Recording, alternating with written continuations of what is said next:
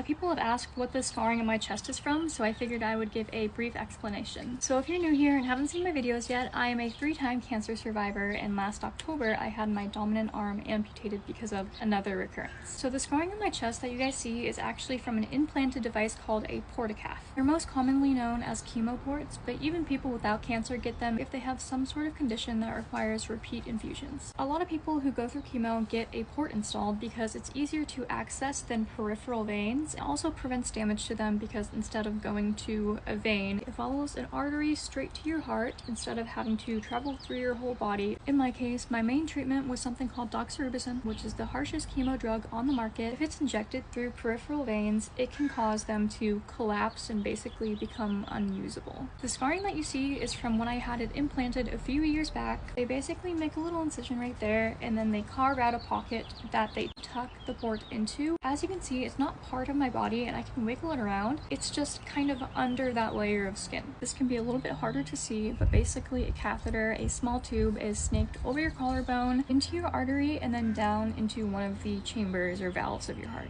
As someone who is very ironically scared of needles, this thing has been a genuine lifesaver, because what you can do with a port that you can't do with peripheral veins is you can put a layer of lidocaine over it before you have to go in to get it accessed, aka needle stuck into. Once they stick me, I'm already so numb that I can barely feel a thing. It's just like the quickest, tiniest little pinch. But yeah, it's basically just a hollow chamber that you can inject medications into, and then the medication goes through the catheter into your heart. Always feel free to ask me any questions, and make sure to follow along if you would like to learn more.